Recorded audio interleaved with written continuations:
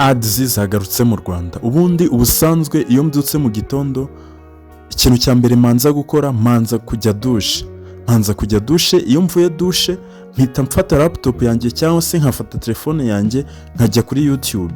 Gusa uyu munsi natunguwe n'ikintu abanyarwanda benshi twari dutegereje. Nta kindi nabonye, natangiye kubona amatangazo yamamaza ku mavideo amwe dukunze kwita ngo ni ama ads mu Rwanda. Numvise bintunguye cyane mu mutima wanjye, ntangira kwibaza niba ama ads yagarutse mu Rwanda. Nta kindi nahise nkora, nahise mvuga ngo noneho reka nzimye telefone yanjye, hanyuma nongere nyatse ndebe ese aya ma ads nanone arongera agaruke, bitewe nuko hari igihe cyaba ari nk'ikibazo cya telefone cyangwa se ari ikibazo nagize muri tekinike za telefone yanjye. Nta kindi rero nahise nkora, nahise mfata telefone ndayizimya, nanone ndongera ndayatsa. Mu kuzimya telefone rero nanone nkongera nkayatsa, n'ubundi nagiye kuri YouTube nanone nsanga ama ads aracyahari. Ndangije ndavuga se ama ads mu Rwanda yagarutse. Ukomeje kureba amavideo kuri YouTube, nkomeza kubona hariho amatangazo yamamaza cyangwa se aya ma ads. Hanyuma nta kindi nahise nkora, nahise mpamagara umushuti wanjye nawe usanzwe ufite YouTube channel. Hanyuma ndangije ndamuhamagara kugira ngo mubaze nawe niba ama ads kuri channel yiwe yaje, cyangwa se niba ari kubona ama ads ku bandi bantu ari kurebera amavideo. Nta kindi rero cyabaye, namuhamagaye ku bw'amahirwe makeya ntabwo yabashije kunyitaba. Nta kindi nakoze rero, nahise mfata umwanya ndavuga noneho reka njye ku binyamakuru bisanzwe byandika mu Rwanda. Ndabizi ntabwo ndi bubure ikinyamakuru cyanditseho iyi nkuru ivuga ko ama ads yagarutse mu Rwanda.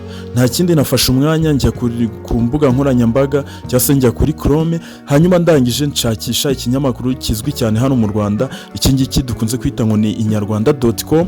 ndangije njya gushakisha inkuru ishobora kumbwira ko ama ads yagarutse mu Rwanda, bitewe nuko iki kinyamakuru aricyo nkunze gusomaho ama update menshi agezweho.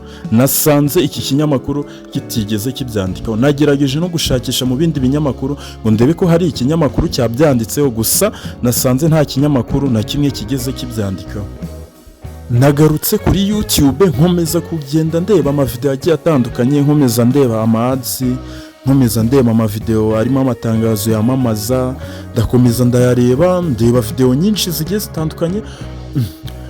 Mu gihe nkiri kubyibazaho cyane, sinzi ukuntu nibutse kureba hejuru kuri telefone yanjye. Ndebye hejuru nsanga nari na connecte VPN. Ndakeka mwese murayizi, nta muntu utazi VPN ni uburyo nyine ubasha guhinduramo location y'ahantu uherereye ugashyira mu kindi gihugu. Nanjye nasanze ari ryo kosa nari nakoze, gusa nahise mfata umwanzuro wo kumenya impamvu ama ads mu Rwanda tutayabona kandi abandi bari mu bindi bihugu babasha kuyabona. Ikintu nahise nkora ni ikirere, nahise ntangira gukora iperereza, cyangwa se nahise ntangira kujya mu binyamakuru ngerageza gushaka amakuru, ndayakusanya nyashyira hamwe. Ikintu nabonye cya mbere ni uko hano mu Rwanda hari ikigo runaka, ni ukuvuga ngo mu Rwanda hari ikigo runaka cyabigizemo uruhare nyine kugira ngo ama ads mu Rwanda ahagarare. Gusa YouTube ubwayo isanzwe izi neza ko mu Rwanda ama ads tuyabona, kandi mu by'ukuri ama ads ntabwo tuyabona, ariko YouTube ubwayo isanzwe izi ko ama ads mu Rwanda tuyabona. Iki kigo rero nagerageje gukora research nyine, cyaje gukora ubushakashatsi, nsanga nicyo cyabigizemo uruhare kugira ngo mu Rwanda ama ads atazongera kugaragara, cyangwa se tutazongera kubona ama ads. Mu gihe abari hanze cyangwa se abari mu bindi bihugu bo basanzwe bazi ko ama ads mu Rwanda akora, ndetse bo banarayabona. Iyo babashije guplayinga video bo barayabona nyine, babona ama ads ko mu Rwanda hari. Ariko twe nka bene gihugu turi mu gihugu mo imbere ntabwo ayo ma ads tubasha kuyabona. Aya niyo makuru nagerageje gukusanya nyine, nagerageje gukora research, nsanga ni gutyo ibintu byifashe. Ese mu by'ukuri uribaza amazi mu Rwanda azageraho natwe tujye tuyabona?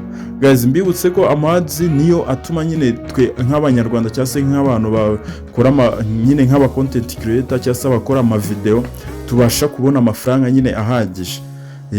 Nibyo bituma nyine tubona amafaranga ahagije, nayo ari amafaranga nyine tuba turi kubona ubu ngubu aba yaturutse ku bantu nyine baba bagiye bareba ayo mazi batari mu Rwanda, n'utundi duceri duke nyine tugenda tubona ku ruhande. Gusa akenshi nyine ayo mazi niyo atuma tubona amafaranga.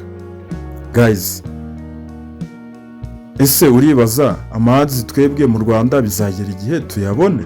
Icyo ni ikibazo buri wese yakwibaza. Gusa twe nk'urubyiruko twasaba leta ibyo bintu ikazabitugiramo nyine ikareba icyakorwa.